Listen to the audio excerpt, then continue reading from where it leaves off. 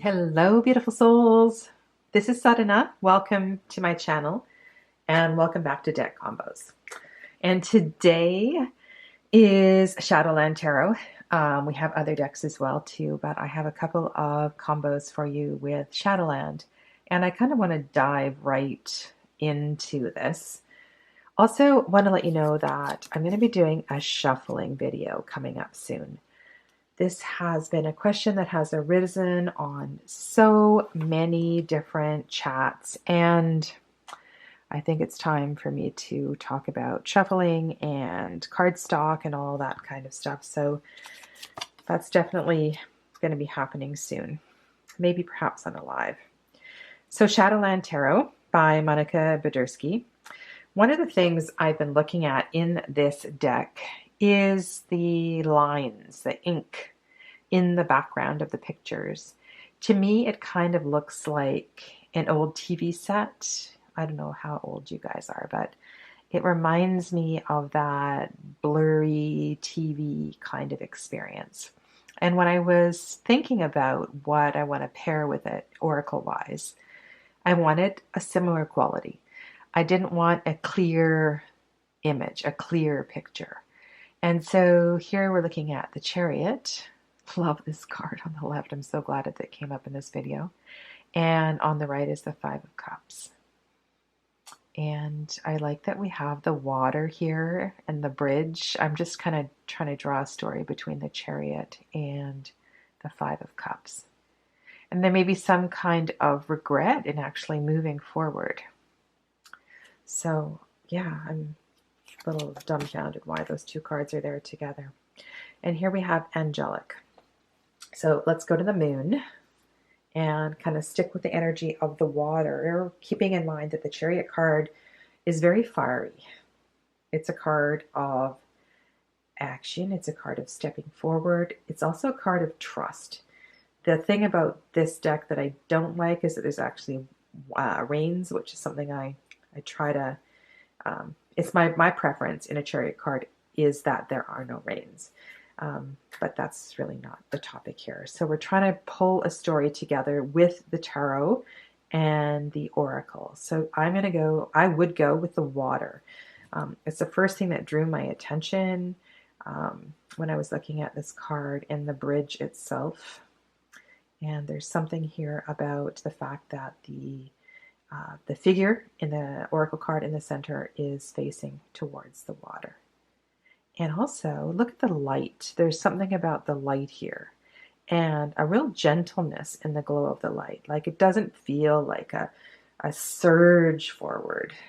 It feels almost like a gentleness into this. And maybe what the surge forward to is this bravery, this stepping forward into a new perspective of the emotions, right? So maybe we're moving forward into the Three Full Cups kind of energy, and a trust as well too, and with the word flow, the energy of water, there's that whole element of trust. And I get that from the keyword angelic, also from the colors in the card, the fact that the image is not really in focus. There's a trusting in the moon. And interesting, I am filming this just hours before the full moon in August 2020. Okay, so let's try a couple other pairs to see if it's a little easier. Sometimes it's not. So this is Terry Ann Foss's Earthly Souls. Earthly Souls and Spirits, something like that. I used this in the previous video as well too. And in Terry Ann's deck, this is the larger version, no longer available. You can get it on Playing Cards now. It'll be linked in the description box below. So it's more of a tarot size, so it will match this size of deck better. But I like in her artwork, we do get that kind of blurred focus. And we have crows here and the witch almost holding the moon, which is awesome. This lunar energy, I find it matches the Shadowland really well. These Shadowland cards are kind of thick. So there we have cups. So more cup energy on the right. And the witch is facing toward the cups. What is she offering? She's offering the medicine of the moon. Make a wish. Make a wish. What does it mean to make a wish on the moon as opposed to make a wish on the sun, right? Make a wish on a star, make a wish on the moon. Is the energy of the wish different? I'm just rambling away here, thinking out loud, talking out loud, sharing with you my process. Page of Pentacles. So this is a new kind of energy, right? It's an opportunity. There's an earthiness to this wish. Maybe you're wishing for a home. Maybe you're wishing for a family. This little Page of Pentacles looks like is going trick-or-treating, right? So it's about kids. It's about family. It's about that. And so I would go ahead and dream big. Dream really, really big. And know that and listen to your heart. And inside the heart is where we will find the authentic language around whatever that wish might be. Ooh, very different color in this card. So I'm going to the red cape and the purples and the, wow, gorgeous color in the background. It'll be really interesting to see if any of the tarot cards pick up on these rich, rich colors. Confidence. Confidence. So a tremendous sense of self-confidence. Stepping forth, right, into your own power. And you get that sense of power from that light in the background. Stepping away from the Four of Pentacles. Yeah, I love it when that happens. Okay, and moving towards the King of Pentacles. So this figure here and the cat moving from the Four of Pentacles to the King of Pentacles. And what does that mean in relationship to the question? I know normally most people will go past, present, future, and that kind of thing, but I like to work with facings. And the fact that the King of Pentacles is facing forward and the Four of Pentacles is facing forward, we get that sort of kind of corrected by the Oracle card in the center. And so it feels like progress. We're moving from a four, moving to a king, moving towards stability and stepping into confidence. Maybe that confidence is coming from letting go, because the medicine of the Four of Pentacles is to release that clinging, to see the big picture. And maybe that freedom comes with that release. Yeah. Okay. You know, I really like doing this. It's also a super good exercise to do on your own and to talk through your readings out loud. If you are a new reader, if you are an experienced reader, sometimes just doing this, making a video and never even posting it, it can be really helpful to get to know a new deck. It can be really helpful to build confidence in the way that you read. And again, we have kind of this fall color with the full moon in the background. So this feels like 1 month from now. And maybe the question that the querent was asking was about timing. And so this feels like 1 or 2 months from now, right? Just depending on where you live, if you're in the Northern Hemisphere. And here we have that beautiful Four of Wands in this deck. Love the intimacy and the playfulness of the little monsters in this Four of Wands. The web that connects. So we have Temperance on the left, Manifest, and the Four of Wands. So what this looks to me like is, in order to find the balance, in order to find the stability, a conscious effort needs to be made in bringing in the moderation, bringing in the balance, tempering your life in whatever way it feels kind of untempered and out of balance right now. So it is possible to manifest your dreams, but there's some work that needs to be done here. You can also pick up on the fire element. So perhaps in the question, there was some kind of aspect of the question that can be answered with this beautiful fire energy as well too. The second deck I am pairing with Shadowlands is the Wild Unknown Archetypes. And as I was describing at the beginning of this video, there's something about the connection of the artwork. And I think this is going to be one of my all-time favorite pairs. Just the way these two decks seem to connect with their frequency and their courage in dealing with shadow, albeit in different ways, but there's something about something going on here pretty special with these two decks. So we have the desert. Ooh, we have death in the desert. The desert. And so there is a period of time where things feel very, very bleak. And I think that's just a perfect card to sit next to the desert is death. The transformation of letting something go. And whether this is a small death or a big death, there is a period. There is a desert period that we need to go through. And we all experience the desert in different ways. But if we can be in the desert and be with the experience of being in the desert and how that comes up for you, I think it's a pretty potent couple of cards coming together. Oh my goodness. And then you come out the other side with this amazing transformation. And the beauty in the card on the right for me is that this is a completely new perspective. So the owl, the bird, has risen above and is now able to see from this big picture point of view. So, wow, that was great.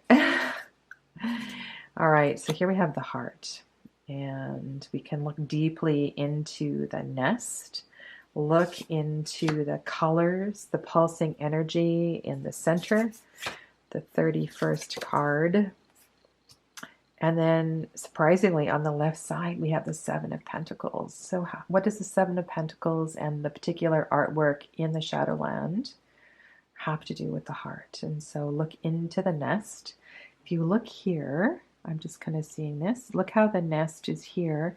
And then this almost looks like a nest here. It almost looks like, with all of these kind of weeds and crazy snapdragon-like plants, it looks like it's engulfing something. And what is it engulfing here? But this little something something that looks not unlike a heart or a piece of meat of some kind. Maybe that's too graphic for some of you, but these are the kind of things that I pick up on. Oh my goodness. Now, I know there's a bit of shadow here because this deck is so high off the ground. I'm just going to move it so you can see clearly what I'm seeing. So look at the pink in her dress. And then again, look at the green around the heart. This is the Nine of Pentacles. I'm just saying, sometimes if we can, really step back and look at the big picture and not get wrapped up in the traditional card meanings, there may be a message that emerges. One interpretation that's coming to me right now has to do with the home and the hearth. And home is where the hearth is. Home is where the heart is. And there's some connection between the physical earthly space, possibly the home, and connecting to the heart. I'm just kind of really feeling the energy of the earthiness of the pentacles and the beauty of the Nine of Pentacles, the beauty of the card in the center. And so this is about coming home. Okay, let's do one more. Strength.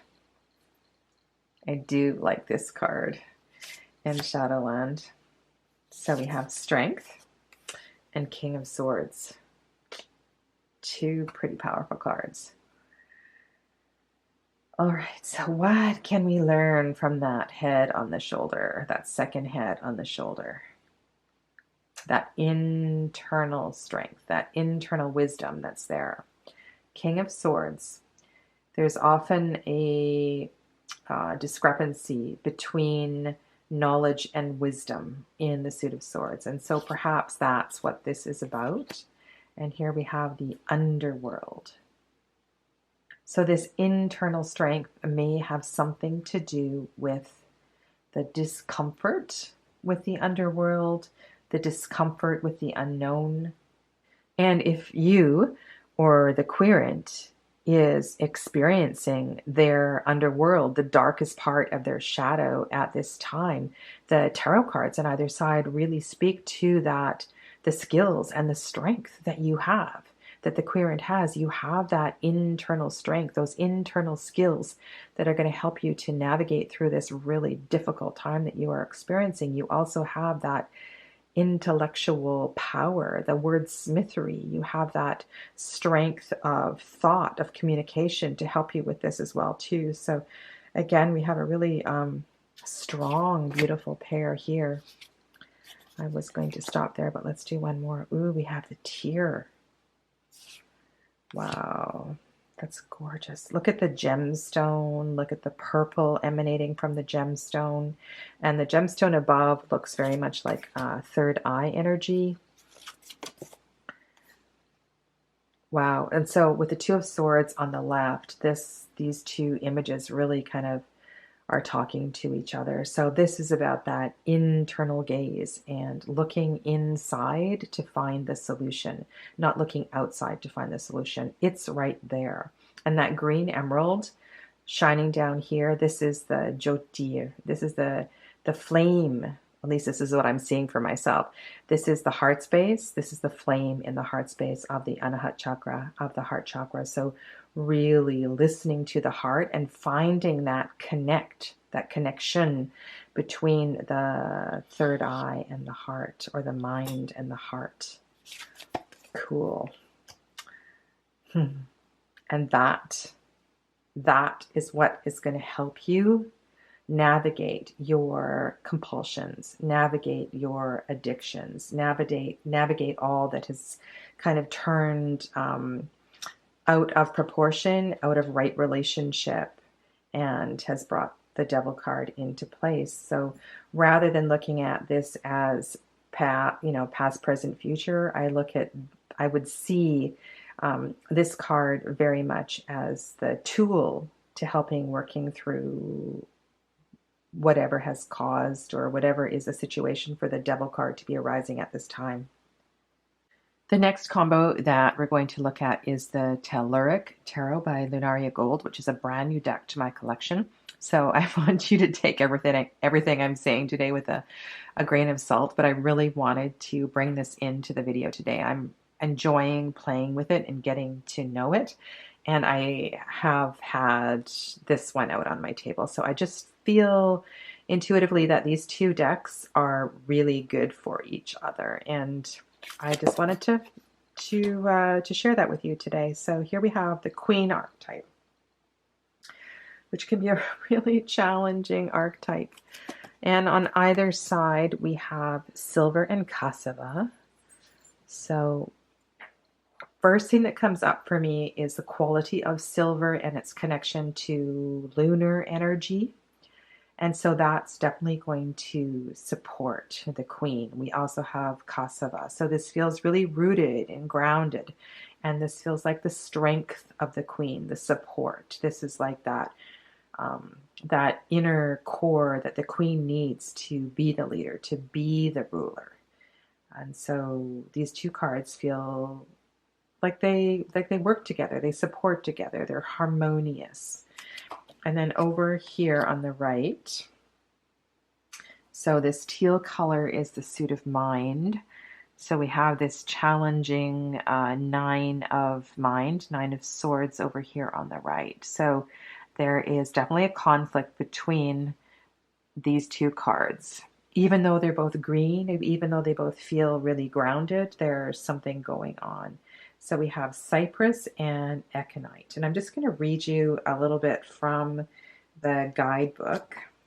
Aconite's thorium and uranium content is highly radioactive, destroying its own crystal structure over time and rendering most specimen amorphous. Traditionally planted in cemeteries, the cypress is a symbol of grieving and regret, named after a lover of Apollo, who, upon accidentally killing a beloved deer, was inconsolable in his guilt and sorrow.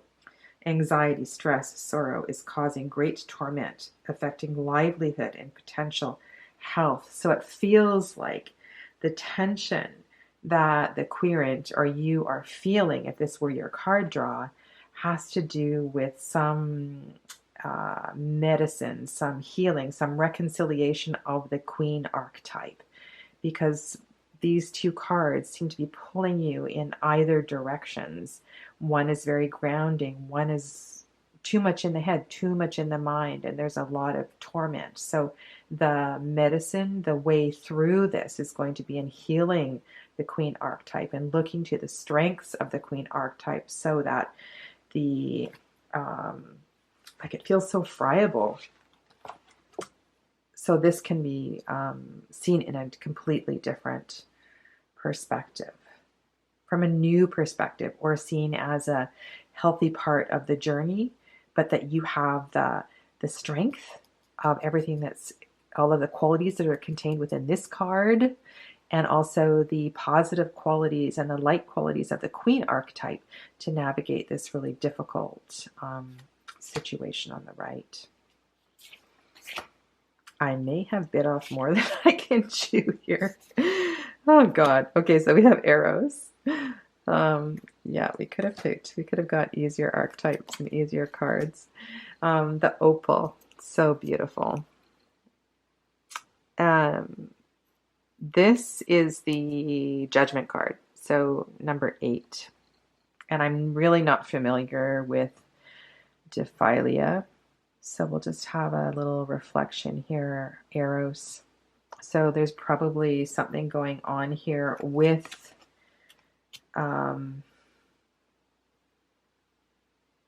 passion versus love, eroticism versus long-term love. Is this a short-term relationship? Is this a long-term relationship?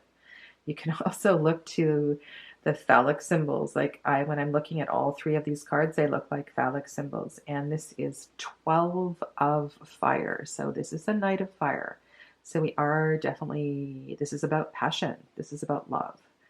Sometimes even in decks like this, we can look to shapes and we look to the energy of the shapes. But there is some, we don't know what the question was and how this combination arose.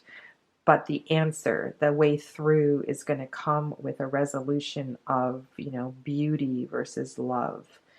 The larger perspective of what love means, the qualities of that, or how we can redirect passion in a way that's going to serve at this time, something like that. Big, big readings here. And maybe that's what these 2 decks are about. These 2 decks are going to take you on a deep, deep dive into something, Be brave. Be brave if you're going to pull out these 2 decks together. The Medallion. Wow. What does that remind me of? The diamond inside that gold medallion. Looks like there's tremendous power there. It reminds me of something from a movie, actually. Oh, I can't think what it is. Oh, and then we have another kind of medallion over here. So I'm thinking about wearing amber for protection. This is the Hanged Man card in this deck. Amber and Brisa. And that plant reflects the energy of the hanged person as well, too. So the medicine of the medallion. There's also like this hand is reaching for the medallion. So there's going to be some kind of issue with clinging, and whether we want to carry the energy and the history and the karma and the responsibility of holding on to that medallion. And perhaps that the medicine of the amber, or taking time to, reflect, you can kind of actually go to Hanged Man usual interpretations, is going to help with kind of figuring out what the right course of action to do with the medallion energy is. Sometimes this might have to do with families, like if you're dealing with wills or death or belonging. So this is a nice light card over here. Love the smell of lily of the valley. I believe it actually is toxic. You can't eat it. And this is interesting because the shape here of the dioptase is kind of incongruous with the gentleness of the lily of the valley. And so this is the suit of cups. This is the page of cups. So this is going to be the emotion that is arising from this situation is very real. And you might have to pull in others to help you navigate this because it feels like interesting combination of cards. You know, like to me, this feels like this is not going to be easy for you to navigate this. This feels like a really big archetype, and having the amber there is, these kind of are going to work together, and this is going to help you, but this tells me that the emotions are going to kind of run wild. It's going to be difficult. So anyway, I'm not going to go on because this crystal and plant deck is so very, very new to me, but I just wanted to give this a try, and I think they're going to be great combinations and working with each other. The final tarot combo today is the Hush Tarot by Jeremy Hush and the Winged Enchantment Oracle. Artwork is by Lisa Hunt and the very poetic guidebook by Leslie Morrison. I found this deck, the Oracle deck, to be the perfect bridge to reading with the Hush Tarot. I have found the Hush quite challenging to read on its own. Some of the pictures just take me a lot of time to figure out what's going on, and there's a lot of possible interpretations for many of the cards. And so the Winged Enchantment has been really good in being that bridge. And so on the left is the 10 of Wands. This is one of those cards with so much going on, and I really feel that it depends on the question where I'm going to go with the card. So we have the woman who's in the heart of the kitty, and the kitty is on the back of the woman, and then we have all this other stuff going on in the underbrush. There are cones, there's insects, and I also right now my eye is kind of focusing on all of this here and seeing that reflected up here, so that kind of chaos. And I'm wondering why the woman is carrying the cat and why the cat is carrying the woman. And then so many things come up for me in the 10 of Wands. Is it about expectations? What is it really we're carrying, and we're choosing to carry it? And I don't know, I have a hard time with that card, and I find it, even with myself, not just with queerance, to get to the heart of what is really going on takes a little bit of time. It's not an easy card because sometimes we don't even realize why we're carrying what we're carrying and what that is about. But there's definitely a sense of, I don't know, there's a lot of frenetic energy here, which really shifts when we look at this card. Look at that face, beautiful face, totally focused on his tools and his artwork and what he's creating. So much harmony and love and contentment. So perhaps, this feels like a really nice flow. I'm going to go to the guidebook and just read you a few lines from Pelican. This is really funny. This is the third line of the description. I am the skills you need to reach the goal at hand. Well, there you go. I am unfettered determination. I am the use of team dynamics. Your outlook is too heavy, your viewpoint too restricted. What you require is a greater adaptability. I am the release of expectation. I am the effortless flow from one thing to another. I am your need to let things unfold and take the best catch. You may have stepped in your own way. You may have stepped in your own way. That's so true about the 10 of Wands. You may well be tripping over your own feet. Stay focused, but do not lose sight of the bigger picture. You will always find what you need. So perhaps you needed to trip over your own feet in order to find this, or to re-find this, and to reclaim this aspect of yourself. Thank you, Pelican. I'm not sure I would have got there without Pelican, so that's really beautiful. Love this heron card.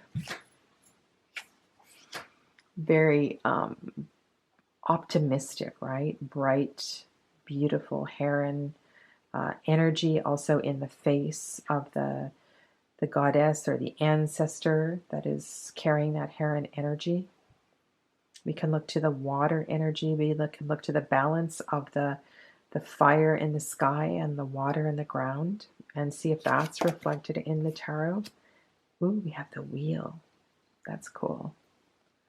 So I love this wheel card, the bug on the bugs on the leaf, and the flow of the water, and that perhaps, you know, when we drop a pebble or there's one raindrop that comes into the water, and we can contemplate all the effects of all of the ripples going out, and we never really know, you know, how that one pebble is going to affect out, further and out and further out. Those ripples just go on and on and on, and sometimes we forget about that, right? And this leaf, I imagine this leaf was very, very light. So you wouldn't think by dropping that light little leaf into the pond or into the creek that it would have such a tremendous effect, but it does. It also has beauty, right? So change can be cause unexpected ripple effects, but it can also be really beautiful. And I see that beauty very much reflected in the card in the center. And so with the question of the querent, I think I want to focus on the beauty of the change and the lesson in the change. And here's the Fool. So perhaps the querent wasn't quite ready for the change or wanting to see the beauty in the change, but this change was inevitable, and the querent is definitely ready to move through this change and step onto this next part of the journey. And I love that the Fool is paying attention to the heron energy, learning from the heron energy, and taking the heron energy on its journey, not facing in the opposite direction and ignoring that. I mean, you could interpret that as that energy being behind the Fool as the Fool moves forward, but I like that they're facing each other. And a few lines from the guidebook. I am heron, the ally of the mystic. I am stable. I am focused and alert. I am at peace. I never miss a ripple in the great pool. I never dwell on movements already past. I am the gift of concentration. I am the stillness that allows a greater purpose. I am perfect timing. Never moving too soon, never striking too late. Wow, wow, wow. So the Fool is so ready to step forward on this journey and full of this wisdom. And so this change that has come from throwing that single pebble into the pool has created this beautiful experience for you. So embrace it and go with it and be with grace. And wow. Love those words. So do you see what I mean? The poetry of the oracle deck just really helps to understand what the tarot is about. And this is not the first tarot deck that I've had a challenging time working with, and then found the perfect oracle deck to make it possible to have a deeper understanding of the meanings. And then here, wow, look at the blue, the green blue, the blue. That's pretty beautiful. Chickadee. And here we have 8 of Cups, owl. And look to the human over here in the right wing of the owl, and see if you can find any mirrors in the central card. So we're moving from 8 of Cups, supported, moving through chickadee energy to Temperance. When I look at the 2 tarot cards, so much is coming up for me. There seems to be definitely a sense of progress in moving forward. The owl, the woman, the birds, everyone is looking into the right in this direction. So there's a sense of moving forward. But there's also a shift in perspective. The small woman here becomes the larger woman in the Temperance card, and the large bird in the Eight of Cups becomes the smaller birds in the Temperance card. It's like there's a shift in perspective. There's a shift in, not a shift in power, but it's a beautiful, harmonious shift. This is so beautiful. I hope you can feel or see what is beginning to emerge as these three cards connect with each other. Let's do one more. Sorry, this might be a bit of a long video. Ooh, so seagull to me looks like the 20th card in the tarot. That's what this looks like. It looks like an emergence, like the Judgment card. Transformation. Wow, that is beautiful. Beautiful artwork. And here we have the Ace of Cups. Love it, love it, love it. So look at the water that the person is emerging from in the Seagull card. And then the beauty of the Ace of Cups. And we have perhaps the birth of a bird as well too in this picture. The emergence that I see in the card in the center seems to be reflected in the emergence of the bird in the Ace of Cups from its home in the skull. And more than going to the poetry in the guidebook for the Winged Enchantment or going to Ace of Cups meaning, I feel strongly that there's something about that imagery that is going to play deeply into the meaning for the querent, the meaning for you or whoever is looking at these cards. And so I would sit with that and reflect on what is this coming out. And it might be a reading about coming out. It might be a reading about moving or stepping into a whole new space, a whole new way of being. And that's what this feels like for me. You know, and perhaps, you know, there's a death card over here. Wouldn't that make perfect sense if this were the death card and then the bird is emerging out of the skull? This is what this reading feels like to me. There's so much going on in the Hush Tarot, and some of these symbols really are, I find, difficult to oh my goodness, interpret. I don't like this card. I find it really difficult. I live in a naive world. Where I live, I would never, I'm assuming that's a grenade. So hats off to Jeremy for bringing this imagery into a deck and making us confront these difficult, challenging situations through the tarot. But for me, it's really hard to work with. So let's go with it, all right? So we have what I was talking about before. What if this was a card of death? Well, maybe this is the card of death. Maybe these birds are going to take this pin out of the grenade and get blown to death. And so, again, let's not go to the Two of Pentacles energy. Let's work with the art and talk about the art. And so maybe it's time for you to pull the pin and let your world blow up so that you can step into the next stage of your life. What about if we read the cards that way? I never know what is going to come through when I do these readings. And I need to trust in my process. Sometimes I lean heavily into the artwork and allow the artwork to unfold a story, a message that the querent needs to hear. And other times I close my eyes and I allow a download to flow through me. Or I go back to tarot studies and things that I've learned as a tarot reader over the years. And whatever comes through in that moment, I need to trust it is exactly what the querent needs to hear in that moment. And I hope that in sharing my process with you, It encourages and empowers you to trust, to observe, to listen, and to feel your way through your readings. Thank you for joining me today on this rather wild ride.